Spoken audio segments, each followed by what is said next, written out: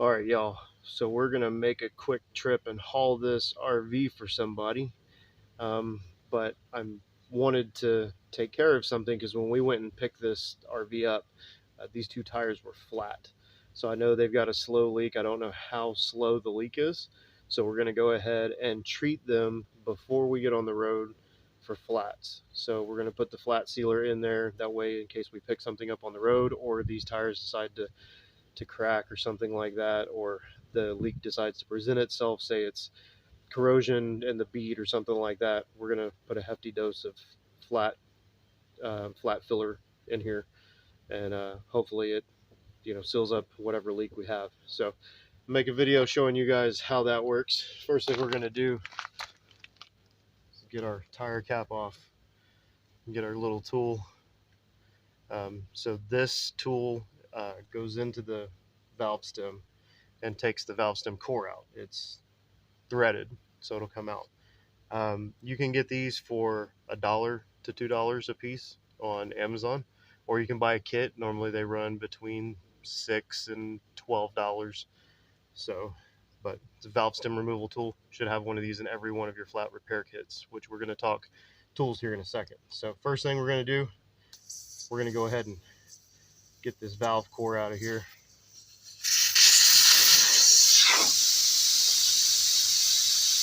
There's the valve core.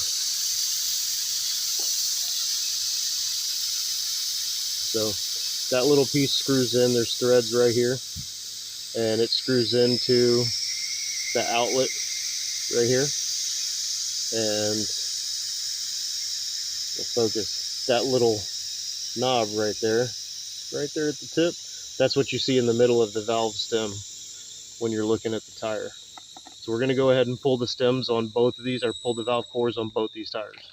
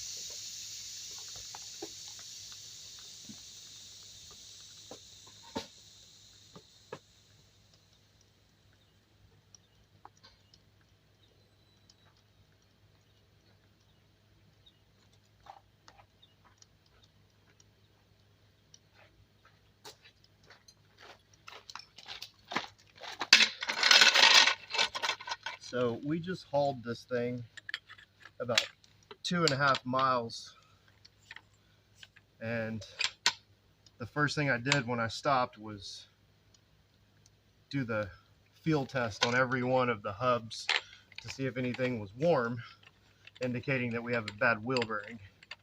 None of them were warm, any more so than any other individual, so we're just gonna leave those for now. But we've got the stuff to do that on the side of the road. Gotta grab that out of the trailer box, the big trailer.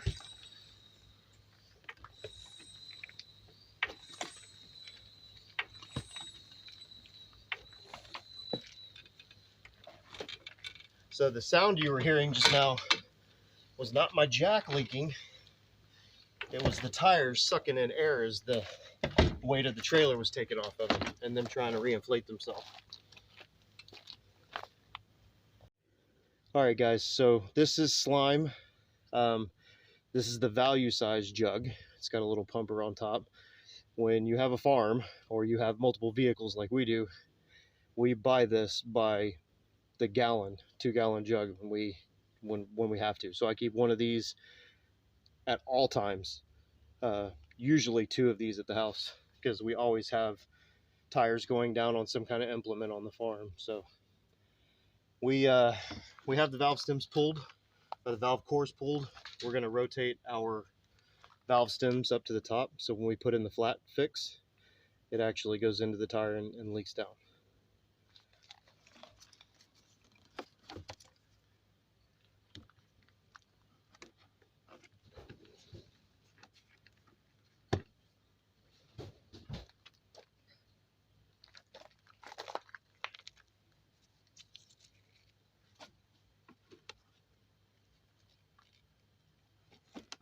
So we're going to give it a good 6-7 pumps. Make sure we have plenty of that stuff in there. I think that was more like 10, but it is what it is. So you can hear the pressure leaking out. Rotate this one. This one actually has some funky tread wear, so we're definitely going to give this one a good healthy dose. And just stop intermittently to let some of that pressure out.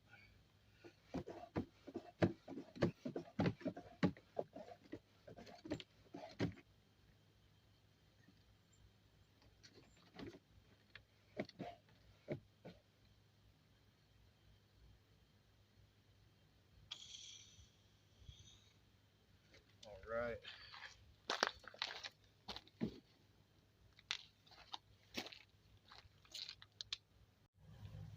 All right, so we put our flat fix in. What we're going to do now is just give these a roll, see how these wheel bearings look. We're going to do this on both sides, not the flat fix treatment, but we're going to jack this up and see how these wheel bearings feel on both sides. So these have a little bit of play in them. We'll go ahead and adjust that. Okay, so this one has quite a bit of play. Not so much where I think we need to replace the wheel bearing. Get y'all a better shot of that so y'all can kind of see what's going on there. I guess you can't see it on the video, but there is some play in that wheel. You can hear it rocking around. So we're going to pop this cap off. I'll show y'all what that process looks like. All right, so I'm going to show you guys how to adjust this wheel bearing. Get you a good set of channel locks. Everybody's kit should have a couple pairs of good channel locks. All right, so you're going to get onto that cap. You're going to rock it back and forth until it pops off. It's actually a fairly new cap, which makes me think that these have been serviced recently, and it looks like they have, because that wheel bearing is in really good shape. Focus right there. There you go. That actually looks really good. It smells fresh too. So, focus.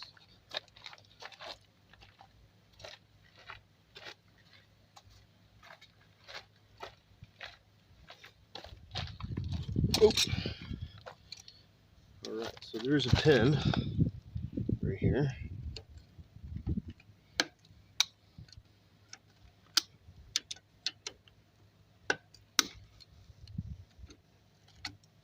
Admittedly, needle nose will probably work better here, but these will do. That will do, donkey. That will do.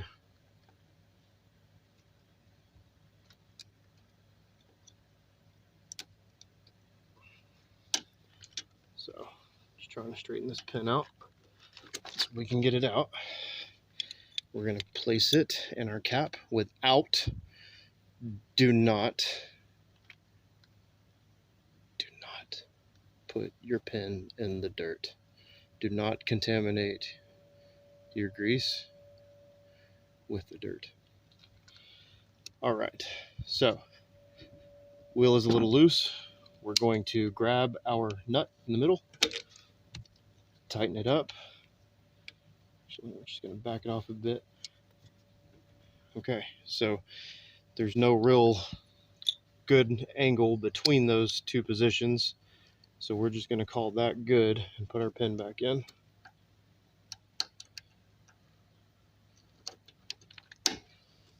but it's not a wasted effort because we have the peace of mind that this bearing is good.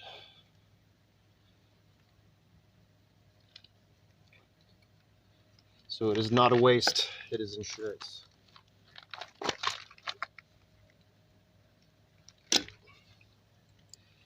Cheap insurance.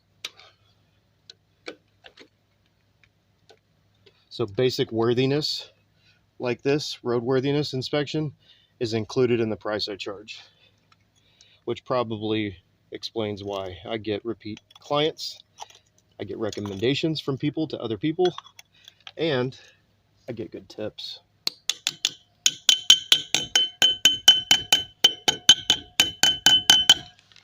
All right, it's good to go. We're going to check the others just to make sure they look good, but that's basically servicing a wheel bearing. Had we needed to replace this wheel bearing, we would have taken that nut off. Jimmy kind of shook the tire back and forth until it popped out, and then grabbed the wheel bearing, or bearings if your design has more than one.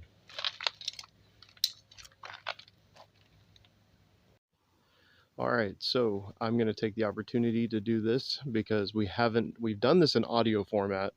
While this isn't the entire roadside kit, I have talked about my comprehensive roadside kits on the show. I'm just going to show you guys some of the stuff that we're definitely keeping with us on this trip. So we got our DeWalt impact. She's never let me down. The box is full of my 1/2-inch impact sockets. So we got the 5 amp hour battery, got a couple of spares. We got our 134 piece Husky tool set. We got our assorted hand tools and our nice cobalt roll pouch. We got an extra set of jumper cables, which these are admittedly pretty small. This is a very light gauge, as you can see. I think it says 8 gauge there. So those are pretty light. I have a bigger set that's 25 feet long, big heavy duty truck cables that are, man, they're as big around as my middle finger and my thumb. I just didn't want to put those on here. These I actually keep as extension cables for my air compressor. So a couple of my pliers, got my plug kit, my reamer, and my plug plying tool, got my plugs, valve cores, caps, got a good tire gauge, valve core removal tool, got our slime. But that bad boy right there, that's the Vier tire inflator, and that I recommend to everybody. New driver, seasoned, competent, veteran driver, kids, adults. If you need a surefire, solid gift, give somebody one of these. It may not have to be a Vier, though I highly recommend the Vier product. There's not a better product on the market, actually. You can get things as cheap as $30 that are replicas of this. Their airflow is a little bit less, their performance is a little bit less. They still work. Even if you don't get this, get something. Okay. But that Vier right there, just search on Amazon or search on Google Vier tire inflator kit, and you will not be disappointed. But you can get about 20 feet between this cable right here and the coily rolly cable, which I'll show you guys. That extension right there. So between those two, you can get about 20-25 feet, but when I need an extra 10 or 15 feet, I use these. So I hook these up to the battery and then hook these to my leads, and it gives me about 10-15 feet of extension. So when I've got to go from the front of this 20-foot long monster all the way to tires on the back tire of something like this, I can do that thanks to having that extension right there. Some of the other things that I recommend keeping in your car kit, a blanket or one of those foldy aluminum foil looking sunshades. Those work fantastic for when you got to get on hot or rocky terrain like this and you don't want to kneel in it. give yourself a padded area that's not blazing hot to work on. So we're going to be making this trip. It's going to be about 3 hours one way. So I'm actually going to give them a copy of a link to this video so they can see what all we're doing to get their trailer tow worthy or check its roadworthiness. So all right, guys, I hope y'all are enjoying the content. Feel free to shoot us an email or leave a comment on this video. Again, this isn't my entire car kit. I actually forgot to mention my lightweight aluminum racing jack over there doing its work. It's just a Harbor Freight jack. It works fantastic. So I try and keep it with me at all times. So again, this isn't my entire kit. This is, some of the stuff that we're going to keep with us on this hotshot run. So, yeah, hope you guys are enjoying the content. Leave a comment below and let us know what you include if you see something that we haven't included in this. So there's a big, wide opportunity for that because I didn't even show duct tape or zip ties in here. So, all right, guys, see y'all on the next one.